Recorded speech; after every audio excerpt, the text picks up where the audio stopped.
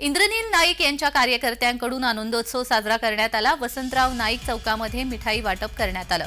पुसद मतदारसंघाचे राष्ट्रवादी काँग्रेसचे आमदार इंद्रनील नाईक यांनी मंत्रिपदाची शपथ घेतली। त्यानंतर पुसद येथील वसंतराव नाईक चौक येथे कार्यकर्त्यांनी फटाके फोडून आणि मिठाई वाटून आनंदोत्सव साजरा केला।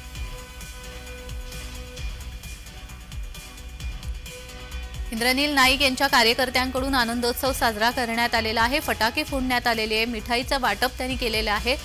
इंद्रनील नाईक यांच्या कार्यकर्त्यांनी आनंदोत्सव साजरा केलेला आहे। वसंतराव नाईक चौकामध्ये त्यांनी मिठाईचं वाटप केलेलं आहे।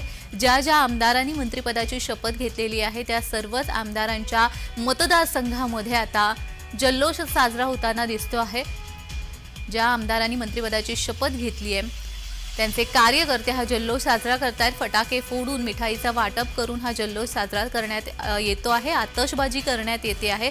कणकवलीमधली आपण दृश्य पाहिलं। नितेश राणे यांनी शपथ घेतल्यानंतर पेढे वाटप करण्यात आलं, शिवाय महिलांनी फुगड्या देखील घातल्या।